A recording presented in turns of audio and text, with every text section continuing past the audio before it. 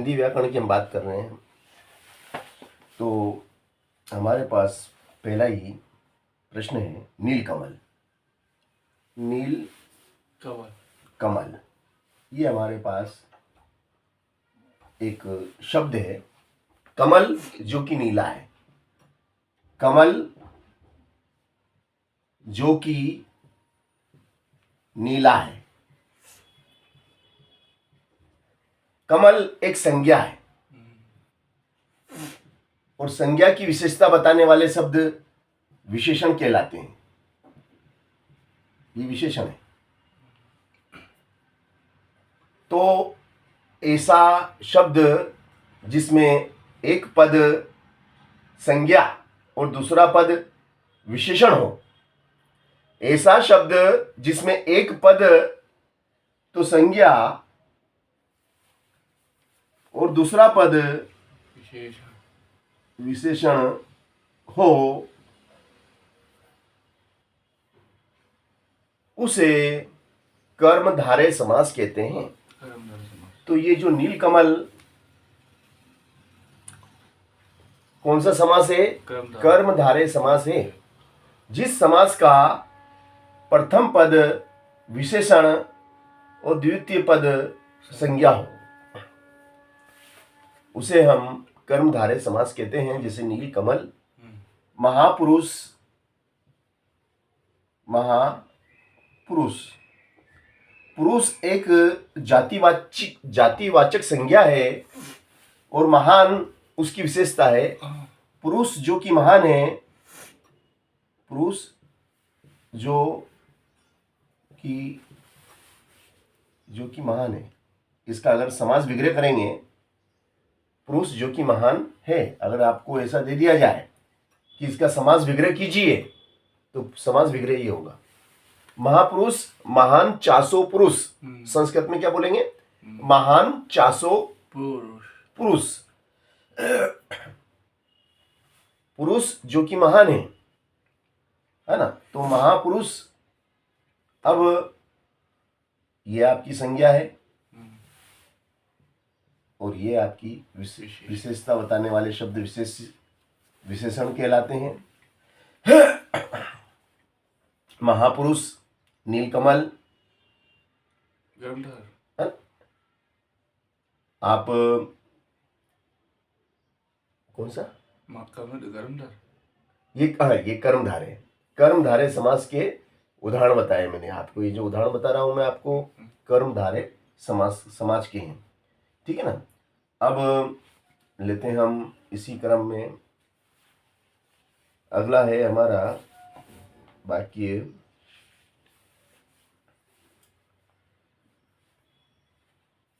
चलो इसी पत्ते के सब कर लेते हैं पहले अपन, इस पत्ते पे जो है, ठीक है ना। अब दिया है रामचरितमानस। रामचरितमानस। अब रामचरितमानस क्या है? एक महाकाव्य है। क्या है ये? महाकाव्य। ये आपका महाकाव्य है। और किसने लिखा ये महाकाव्य? कबीरदास। रामचरितमानस जो महाकाव्य किसने लिखा है? तुलसीदास। गोस्वामी तुलसीदास जी द्वारा रचित महाकाव्य।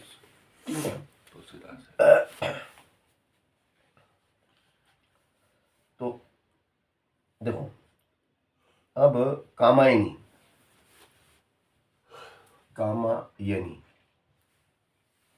भी आपका महाकाव्य है। ये क्या है? ये भी आपका महाकाव्य है। और ये किसने लिखा है? ये भी तुलसीदास। ये कामायनी जो महाकाव्य है, आचार्य या महान साहित्यकार जयशंकर प्रसाद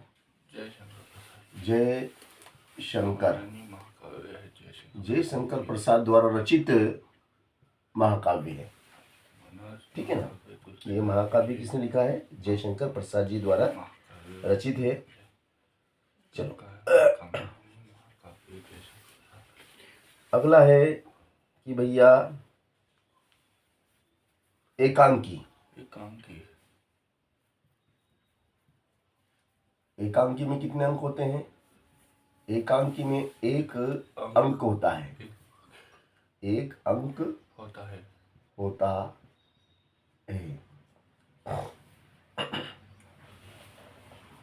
रीढ़ की हड्डी एक एकांकी है। अगर आपको रीढ़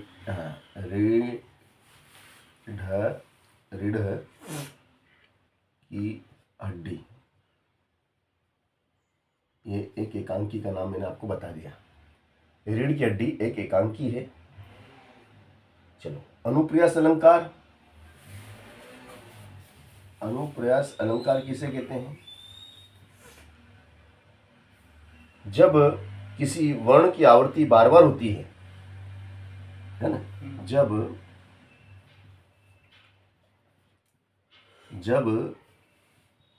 किसी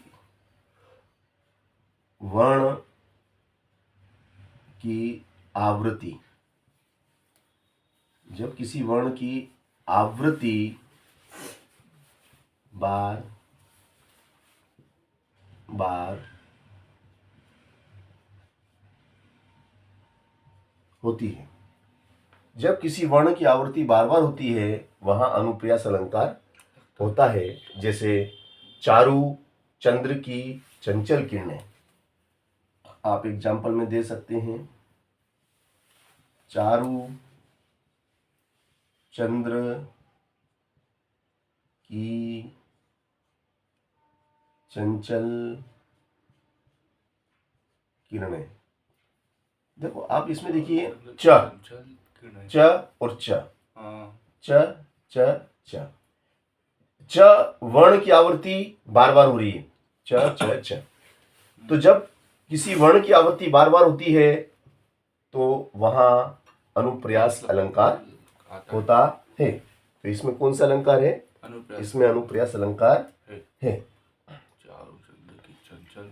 चारु चंद्र की चंचल किरणें, ये हमारे मैत्रीक्षण गुप्त द्वारा रचित पंचवटी जो खंड काव्य है उसकी पंक्तियां हैं। चारु चंद्र की चंचल किरणें खेल रही है जल थल में, स्वच्छ चांदनी बिछी हुई है अवनी और अंबर तल में। पुलक प्रकट करती है धरती हरित तृणों की नोकों से, मानो झूम रहे हैं तरु भी मंद पवन के झोंकों से, मानो झूम रहे हैं तरु भी मंद पवन के झोंकों से। क्या ही स्वच्छ चांदनी है यह, क्या ही है निस्तब्ध निशा। थोड़ा सा स्लिप हो रहा हूं, आगे की लाइन है।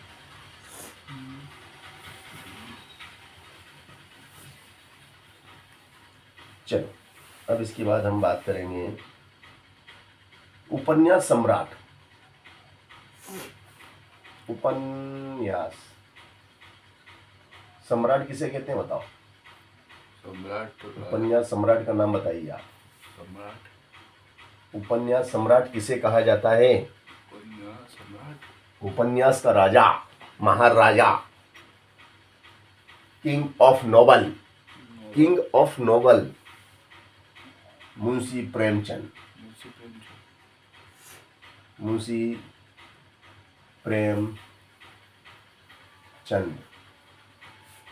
प्रेमचंद को उपन्यास सम्राट कहते हैं। इनके महान उपन्यास हैं गबन, गोदान। इनके महानतम उपन्यासों में गबन गोदान का नाम जरूर लिया जाता है। अब हम बात करेंगे कहानी सम्राट। कहानी सम्राट में नाम बताइए। कहानी सम्राट भी मुंशी प्रेमचंद को कहा जाता है। इनकी महानतम कहानियां हैं ईदगाह इनकी महान कहानी है। पंच परमेश्वर,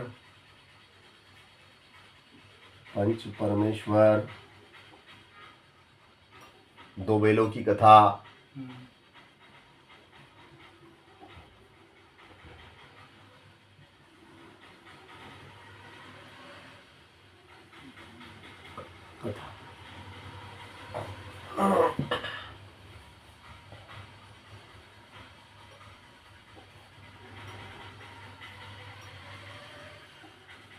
सुदामा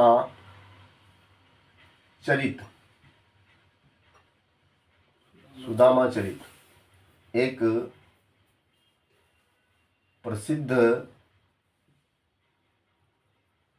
खंड काव्य है। सुदामा चरित क्या है? खंड काव्य। सुदामा चरित एक प्रसिद्ध खंड काव्य है जो किसने लिखा है? जो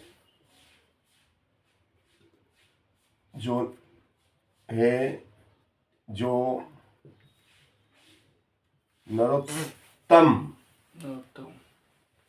दास जी नरोत्तम दास जी द्वारा रचित है या लिखित है।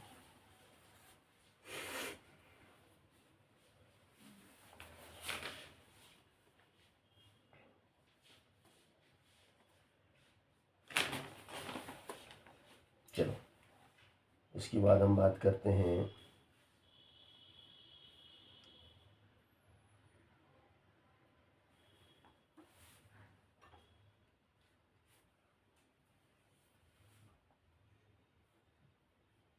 महाकाव्य नंबर 1 पद्मावत। नंबर 2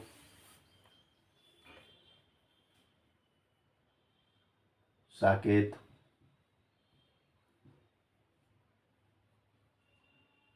प्रिय प्रवास।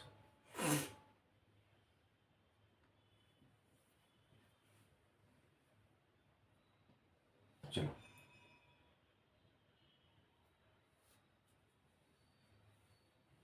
रचनाकार।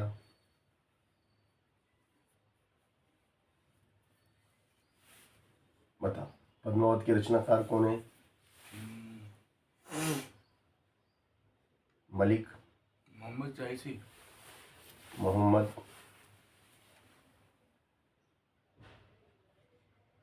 जायसी।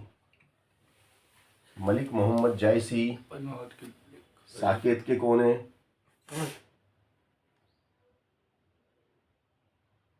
साकेत के कौन है भैया? साकेत के मैथिली शरण गुप्त। शरण गुप्त। प्रिय प्रवास के लेखक कौन है? अयोध्या सिंह। अयोध्या सिंह हरि बोध उपाध्याय। एक और महाकाव्य इनका रामधारी सिंह दिनकर जी का एक और उपन्यास महाकाव्य है। रामधारी सिंह दिनकर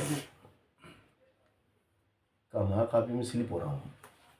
वो कहानी में आती कि ये महाकाव्य में आती? कहानी अलग होती है, महाकाव्य अलग होते हैं। चलो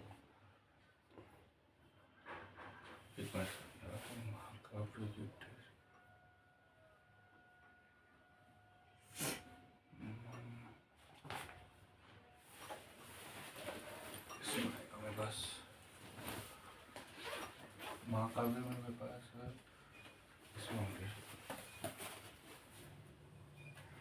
महाकाव्य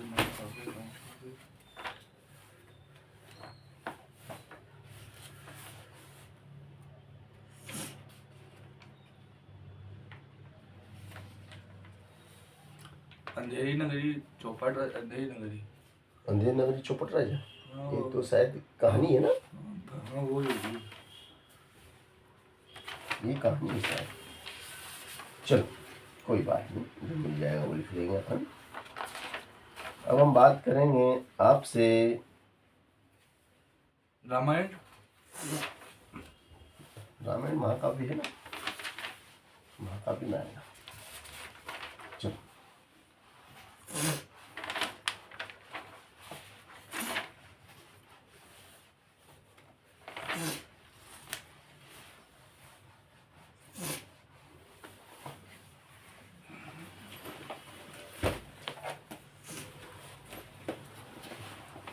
अब देखिएगा, बात हो रही है आपसे, जो हम पेपर ही देख रहे हैं, पेपर की बात हम कर रहे हैं। इसमें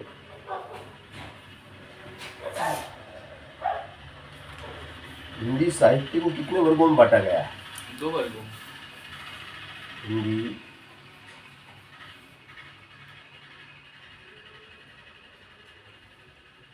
साहित्य को 4 वर्गों 4 वर्गों में। में बांटा गया। हिंदी साहित्य को कितने वर्गों में बांटा गया है? 4 वर्गों में। 4 वर्गों में बांटा गया है।